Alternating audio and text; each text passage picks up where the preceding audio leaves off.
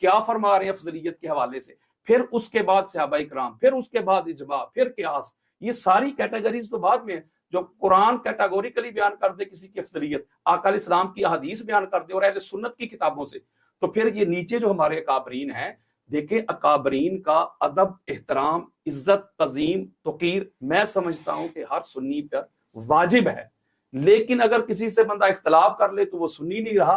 تو یہ جو ہستیاں ہیں انہوں نے ایک دوسرے سے اختلاف نہیں کیا۔ اعلیٰ حضرت امام احمد رضا خان بریلوی، انہوں نے اپنے اساتذہ سے اختلاف نہیں کیا، ابو طالب علیہ السلام کے حوالے سے انہوں نے اختلاف کیا۔ امام اعظم ابو حنیفہ رضی اللہ تعالیٰ عنہ، ان کا اختلاف نہیں ہے، امام شافعی کا اختلاف نہیں ہے، احمد بن حنبل کا اختلاف نہیں ہے، امام مالک کا اختلاف نہیں ہے۔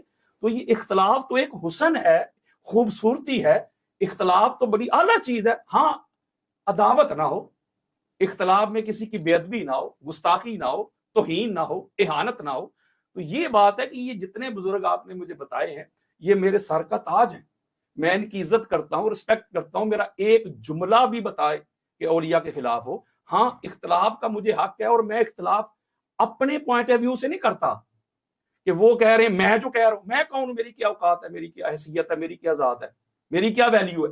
میں کہتا ہوں جب قرآن کہہ رہا ہے، امام اعظم ابو حنیفہ کا فرمان ہے کہ اگر میرا فتویٰ، میری تحقیق، میری فقہ اگر قرآن سے ٹکرائے، احادیث مصطفیٰ سے ٹکرائے، تو میرا فالوور وہی ہوگا کہ جو میری تحقیق کو چھوڑ کے قرآن اور حدیث کو پکڑے۔ یہی امام شافعی نے فرمایا، یہی امام احمد بن حنبل نے، یہی امام مالک نے۔ بلکہ یہ جو حج تمتع ہے، عمرہ اور حج جب جمع کرتے ہیں، تو جب حضرت عبداللہ بن عمر رضی اللہ تعالی عنہ، حضرت عمر بن خطاب رضی اللہ تعالیٰ عنہ کے بیٹے ہیں، جب حضرت عمر بن خطاب نے روکا تو انہوں نے حج تمتع کیا۔ تو کسی نے پوچھا آپ کے والد صاحب تو روک رہے ہیں، آپ کیوں کر رہے ہیں؟ تو انہوں کا ایک جملہ ہے، قربان جاؤں، وہ کہتے ہیں میں کلمہ محمد رسول اللہ کا پڑھتا ہوں، عمر بن خطاب کا نہیں پڑھتا، میں وہ کام کروں گا جس کا رسول اللہ نے حکم دیا ہے۔ تو اسی لیے اویس ربانی صاحب، میں اس لیے لوگوں کو چبھتا ہوں، اس لیے مجھے یہ سنیت سے نکال دیتے ہیں، یہ رافضی کے مجھے ٹائٹل دیتے ہیں، شیعہ کے مجھے القاب سے نوازتے ہیں، کہ میں ببانگے دوہل اثر سنیت کا چہرہ لوگوں کے سامنے رکھتا ہوں، اور خدا کی عزت کی قسم کھا کے کہتا ہوں، آپ نے مجھ سے حلف بھی لے لیا ہے، میں تو سنیت کا مقدمہ لڑ رہا ہوں۔ یہ سو کالڈ نام نہاد جو سنی تھے، جو ٹھیکیدار بنے پھرتے تھے سنیت کے، فلاں سنی نہیں رہا، فلاں رافضی، فلاں شیعہ، انہوں نے اہل بیت اطہار کے مقام اور مرتبہ کو منیمائز کر دیا، اور اہل بیت اطہار کے جو دشمن تھے 1400 سالوں میں، جو ہمارے اہل سنت کے اکابرین جب خاموش کھڑے تھے، انہوں نے اہل بیت اطہار کے دشمنوں کو میکسیمائز کیا، انہوں نے علی علیہ السلام کی عظمت اور عفت کو منیمائز کر کے لوگوں کے سامنے یہ سنیت بیان کیا۔ لوگ سنیت کا نام سن کے بھاگتے تھے، وہ اہل بیت سے محبت کرتے تھے، وہ اہل بیت کی عظمتیں سننا چاہتے تھے، رفعتیں سننا چاہتے تھے، محرم کے ایام میں ان کے ذکر سے رونا چاہتے تھے۔ تو جب ان کی طرف سے وہ سودا ہی نہیں ملا، تو پھر میں نے کیا کیا، میں نے ان کو یہ مقدمہ ان کے سامنے رکھا کہ یہ ہے اصل سنیت، سنیوں سے بڑھ کر کوئی اہل بیت اطہار کی عظمت کا قائل نہیں، سنیوں سے بڑھ کر کوئی اہل بیت اطہار کی مودت کا قائل نہیں، میں تو سنیت کا مقدمہ لڑ رہا ہوں پوری دنیا میں۔ اور میں آپ کو واللہ باللہ تعالیٰ بتاتا ہوں، بے شمار اہل حدیث، میں ابھی آپ کی بات بھی کروا سکتا ہوں، دیوبند کٹر، وہ مجھے ملتے ہیں، کال کرتے ہیں، اور یہ میں اللہ اور اللہ کے رسول کو حاضر ناظر جان کر یہ جملہ کہہ رہا ہوں۔ وہ کہتے ہیں علامہ صاحب آپ نے ہمارے عقیدے بچا لیے، یہ جو کچھ آپ نے سنایا ہے ہمیں، یہ جو آپ نے حدیث باہر نکالی ہے، یہ کدھر تھی؟ ہماری تو عمریں گزر گئی علماء کو سنتے سنتے، ہمیں تو کسی نے یہ حقیقت بتائی ہی نہیں تھی، ہم تو سمجھتے تھے یہ شاید شیعہ کا کام ہے اہل بیت کا ذکر کرنا اور حسین علیہ السلام کے غم میں رونا، یہ تو شیعہ کا کام ہے۔ تو اس لیے ان کو میں چبھتا ہوں کہ میں وہ بات کرتا ہوں اہل بیت اطہار کے بارے میں جو حق ہے، جو سچ ہے، جو قرآن ہے، جو حدیث ہے، جو امہات المومنین کے عقائد اور نظریات ہیں۔ آپ فرما رہے ہیں کہ آپ اہل سنت ہی کا مقدمہ بیان کرتے ہیں۔ ہمارے جج حضرات، یعنی وہ لوگ جو اس پروگرام کو دیکھ رہے ہیں، انہی کے سامنے میں یہ مقدمہ رکھوں گا، اور انہی سے ایک اور سوال بھی آیا ہے۔ علامہ صاحب، سنیت کا مقدمہ بغیر کسی کے اوپر بھی ڈسکرمنیشن کا جملہ کسے ہوئے، سب مسلمان ہیں، مگر کیا سنیت کا مقدمہ اہل تشیع ممبروں سے اور مجالس سے بیان ہوتا ہے؟ آپ شاید، مجھے نہیں معلوم کتنی تعداد میں ایسے لوگ ہیں، مگر مجالس بھی پڑھتے ہیں، ممبروں پہ بھی جاتے ہیں، اور شیعہ محفلوں میں تشریف لے جاتے ہیں، وہاں جا کے سنیت کا مقدمہ بیان کرتے ہیں۔ جی بے شک، بالکل، میں جاتا ہوں، دو ٹوک کہہ رہا ہوں، میں کوئی چھپا نہیں رہا اور نہ مجھے منافقت آتی ہے. اب یہ نہیں دیکھا جائے گا کہ ممبر کون سا ہے, دیکھا یہ جائے گا جو بندہ جس ممبر پہ کھڑا ہو کے جو بات کر رہا ہے, جو تبلیغ کر رہا ہے, جو وہ میسج کنوے کر رہا ہے یا ڈیلیور کر رہا ہے, وہ کیا ہے. کیا وہ سنیت بیان کر رہا ہے کہ یا جس ممبر پہ کھڑا ہے ان کا جو مسلک اور ویژن ہے اس کی تائید کر رہا ہے.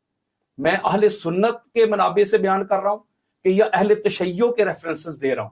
آپ دیکھیں ہزاروں لیکچر پڑے ہوئے ہیں میرے سوشل میڈیا کے اوپر, کوئی بڑے سے بڑا میرا جو دشمن ہے وہ میری کسی گفتگو سے وہ نکالے اور مجھے دکھائے کہ بھئی یہ جو بات آپ نے کی تھی فلاں جگہ پہ کی تھی, تو یہ تو اہل سنت کی کتابوں میں یہ ہے ہی نہیں, یہ موجود ہی نہیں. میں ریفرنس کے طور پہ ایک بات پھر آپ کیجئے گا.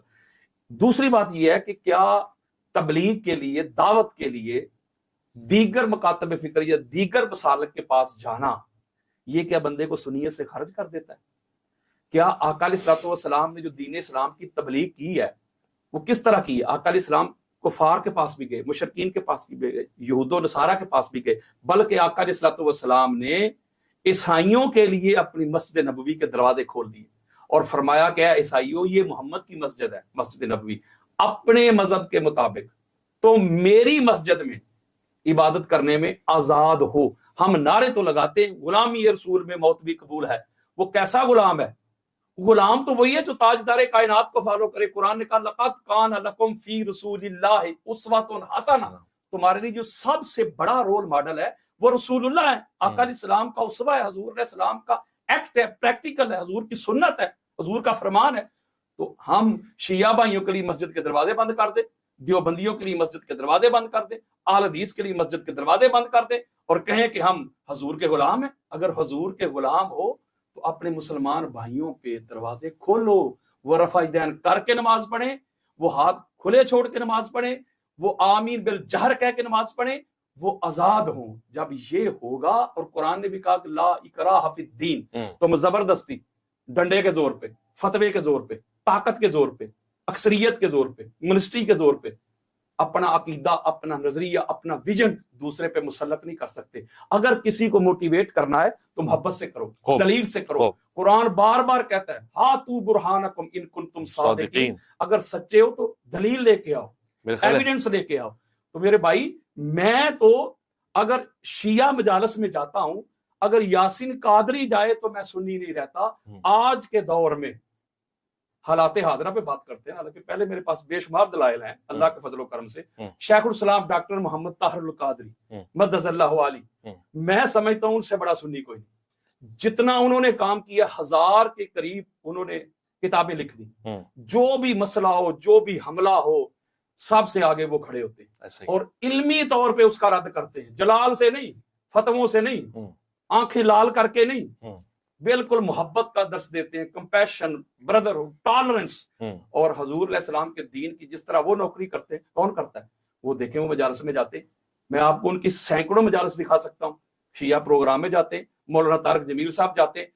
اور دوسری بات تھوڑی سی سخت ہے, مجھے اجازت دے دیں, میں کسی کو نام نہیں دے رہا, کسی کو مینشن نہیں کر رہا, میں آپ کو کہتا ہوں, آپ نے مجھ سے حلف بھی لیا ہے, بے شمار ایسے لوگ جو مجھ پہ اعتراض کرتے ہیں, جو معترض ہوتے ہیں مجھ پر, میں نام نہیں لے رہا, جن کا بڑا قد کاٹ ہے, جو کہتے ہیں شاید ہم ہی سنیت کے بڑے ٹھیکیدار ہیں یا ہم ہی اہل بیت اطہار کے سب سے بڑے محب ہیں. وہ شیعہ کے پروگرام میں جاتے ہیں, اور کئی دوست ایسے ہیں کہ جب ان سے رابطہ کیا جاتا ہے تو وہ کہتے ہیں ہم پڑھیں گے شیعہ کا پروگرام, لیکن مجلس لکھی نہیں ہونی چاہیے, علم آگے نہیں رکھا ہونا چاہیے, یہ نہیں ہونا چاہیے, وہ نہیں ہونا چاہیے. تو جب وہ شیعہ سے ملتے ہیں,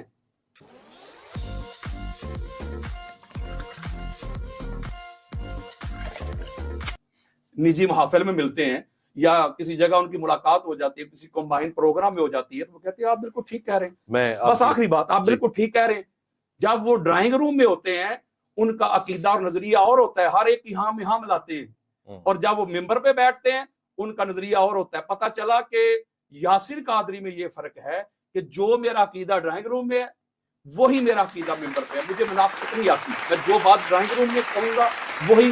میرے خیال عوام کی تالیاں بھی اس بات کی حمایت میں بول رہی ہیں, اور یہ بات اچھی بھی ہے اور سچی بھی ہے.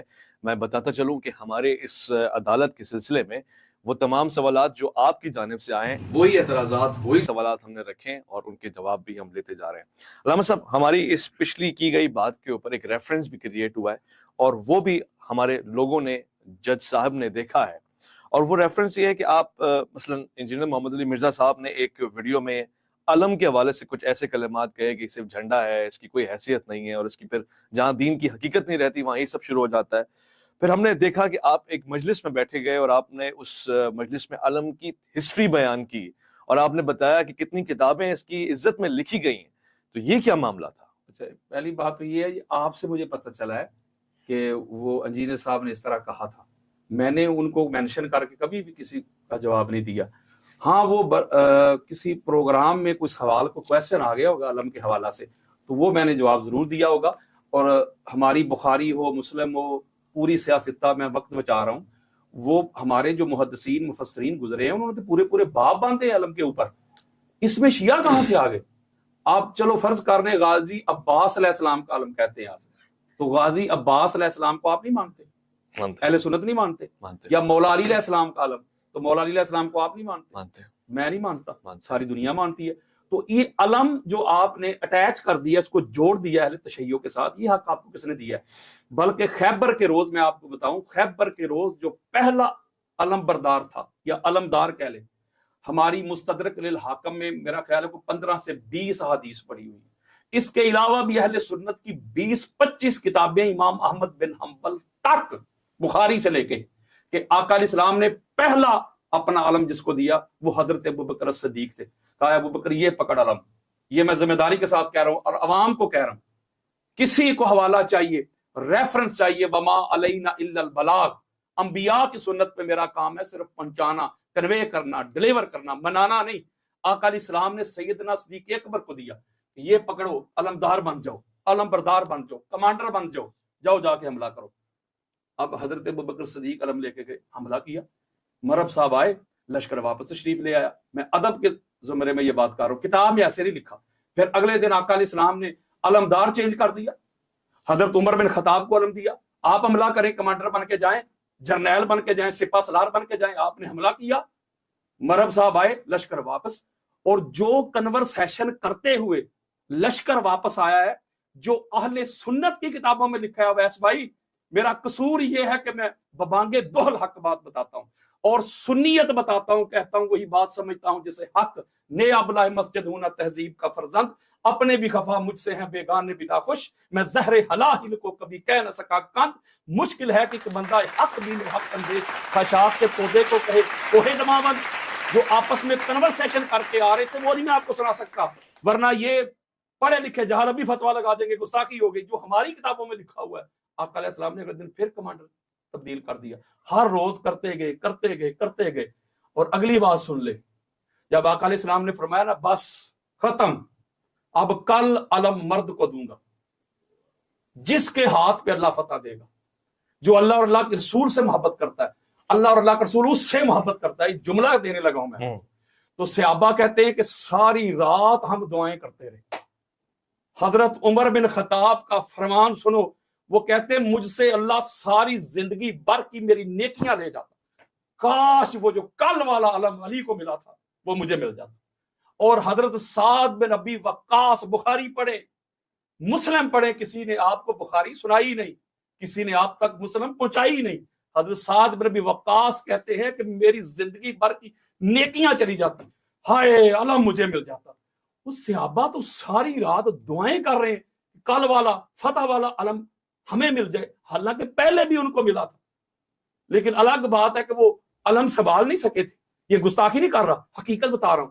اب کل والا علم اگر دوبارہ حضرت ابوبکر صدیق کو مل جاتا، یہ جملہ ہے کہ میرا، حضرت عمر بن خطاب کو مل جاتا، سعد بن ابی وقاص کو مل جاتا، خالد بن ولید کو مل جاتا، تو پھر مجھے بتائیں ہر سنی نے اپنے گھر میں علم سجانا تھا کہ نہیں؟ یعنی آپ کہہ رہے ہیں کہ سنی مولا علی سے بغض رکھتا ہے؟ یار سیدھی سی بات ہے ویس بھائی میرے محترم، اگر حضرت ابوبکر صدیق کو مل جاتا، فاروق اعظم کو مل جاتا، عثمان بن عفان کو مل جاتا، ہر سنی نے اپنے گھر میں علم لگانا تھا، تو پتہ چلا تکلیف ان کو علم سے نہیں، علم والے سے ہے۔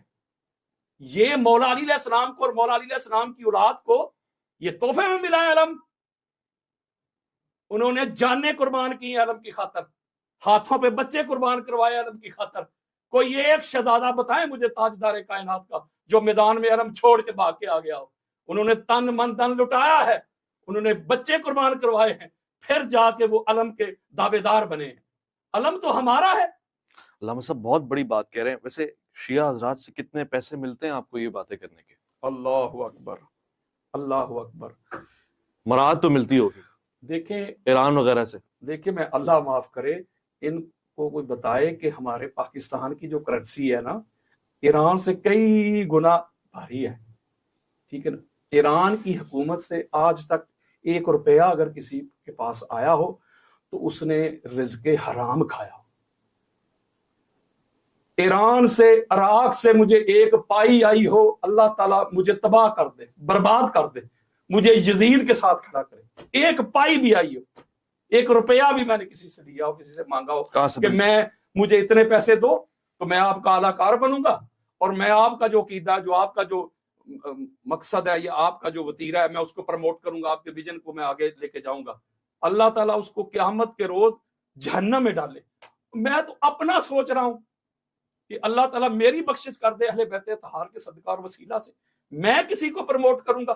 میں تو وہاں کھڑے ہو کے امہات المومنین صحابہ اکرام ان کے نعرے لگواتا ہوں. میں تو نفرت کی دیواریں گرانا چاہتا ہوں, میں تو قدورتیں ختم کرنا چاہتا ہوں. یہ جو یار لوگوں نے اتنی بلند دیواریں کر دی ہیں, میں ان کو مسمار کرنا چاہتا ہوں. میں کہتا ہوں کہ اپنی فقہ کو چھوڑو نہ, دوسری کو چھیڑو نہ. میں تو کہتا ہوں بھائی بھائی بن جاؤ. میں تو محبت کا پیغام دیتا ہوں, ٹالرنس کا, کمپیشن کا, بردرہڈ کا پیغام دیتا ہوں. میں تو امن کی بات کرتا ہوں, میں تو جوڑنے کی بات کرتا ہوں. فقط فرق یہ ہے کہ جب ان کو اپنا ذاتی کوئی مطلب ہوتا ہے, مقصد ہوتا ہے, پھر یہ نہیں دیکھتے کہ سامنے شیعہ ہے, کہ سنی ہے, دیوبند ہے, پھر یہ سارا کچھ ان کے لیے حلال ہو جاتا ہے. اگر میں محبت کے لیے, پیار کے لیے, اہل بیت اطہار کی نوکری کے لیے اگر میں سادات کے ممبر پہ جاؤں تو میں سنی نہیں رہتا. تو پھر مجھے بتاؤ کہ پھر اگر آج کے دور میں جن شخصیات کا میں نے ذکر کیا ہے ان کو سنیت سے نکال دو گے تو پیچھے رہے گا کیا آپ کے پاس؟ علامہ صاحب یہ جو باتیں آپ نے کی ہیں, امن کی بات, پیار کی بات, لوگوں کو ملانے کی بات, اسے کرنے کے لیے, عملاً کرنے کے لیے بڑی قربانیاں دینی پڑتی ہیں. آپ کون سی قربانی دے کے آئے؟ آپ کی تو گھر والے سلامت ہیں, آپ کی تو گھر کی صورتحال بہتر ہے, مجھے نہیں معلوم, مگر آپ کے پاس تو سب کچھ ہے. اہل بیت اطہار کو ماننا کسی دور میں بھی آسان نہیں رہا, بالخصوص مولا علی علیہ السلام کو ماننا. آپ کو کیا لگتا ہے علی کو ماننا خلج کا گھر ہے؟ علی علیہ السلام کو ماننا کل بھی مشکل تھا, علی کو ماننا آج بھی مشکل ہے. علی کو ماننے کے لیے گالیاں سننی پڑتی ہیں. اگر علی کو ماننا ہے تو گولیوں کے لیے تیار ہو جا, بم دھماکوں کے لیے تیار ہو جا, کردار کشی کے لیے تیار ہو جا, فتووں کے لیے تیار ہو جا, سوشل بائیکاٹ کے لیے تیار ہو جا. گھر سے تیری مخالفت شروع ہو جائے گی. آپ ذرا تاریخ پڑھ کے دیکھیں نا, وہ لوگ جو اہل بیت اطہار کے محب تھے, وقت کے بادشاہوں نے, جن کے آج کل ملا حضرات قصیدے پڑھتے ہیں, بڑے ان کے ترانے سناتے ہیں اور باہر سڑکوں پہ نکل کے نعرے لگاتے ہیں, انہوں نے حضور علیہ السلام کے اہل بیت اطہار کے جو غلام تھے, جو دیوانے پروانے تھے, کیا کیا ظلم نہیں کیا. ان کو قید کر دیا گیا, ان کے بچوں کو ذبح کر دیا گیا, اور ان کے کاروبار تباہ و برباد کر دیے گئے, اور ممبروں کے اوپر مولا علی علیہ السلام کو سب و شتاب عام کر دیا. اسی میں ایسے حالات میں کہیں میس میں تمار نظر آتے ہیں, کہیں حجر ابن عدی نظر آتے ہیں, کہیں حضرت مقداد نظر آتے ہیں, کہیں حضرت عمار ابن یاسر نظر آتے ہیں, جنہوں نے تن من دن لٹا دیا. اگر مجھے کوئی مشکلات کا سامنا کرنا پڑ رہا ہے یا میں فیس کر رہا ہوں, تو میں تو سمجھتا ہوں کہ میں اس بات میں اگر اللہ کا شکر ادا کروں تو وہ بھی کم ہے. اویس بھائی, آپ نے چونکہ حلف لیا میرے ساتھ جو کچھ ہوا ہے, میں اس وجہ سے نہیں بیان کر رہا. بیان کریں آپ. میں صرف اس وجہ سے نہیں کر رہا کہ میں پتہ نہیں کو میرے ساتھ کتنا ظلم ہو گیا اور میں اس کو قبول کر رہا ہوں. کیا ہوا آپ کے ساتھ؟ میں اس کو ہنسی خوشی قبول کر رہا ہوں. میں سمجھتا ہوں یہ میرے لیے سعادت ہے. مولا تو گواہ رہنا, میں یہ اعتراض کے طور پہ نہیں کر رہا کہ شاید میں مولا علی علیہ السلام کی بارگاہ میں یہ عرض کروں کہ مولا میں نے آپ کے لیے یہ کیا. میں نے تو کیا ہی کچھ نہیں. میں تو مر بھی جاؤں تو پھر بھی کچھ نہیں کیا. میرے بچے بھی قربان ہو جائے پھر بھی میں نے کچھ نہیں کیا. میں ان کی بارگاہ میں کچھ نہیں کہہ رہا کہ میں بہت کچھ کر رہا ہوں نا. بس آپ نے سوال کیا ہے تو میں کہتا ہوں اتنی میری مخالفت ہوئی ہے.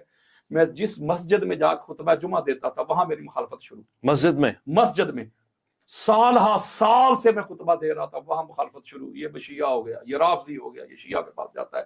جب میں نے اس گستاخ سیدہ کے خلاف سٹینڈ لیا تھا,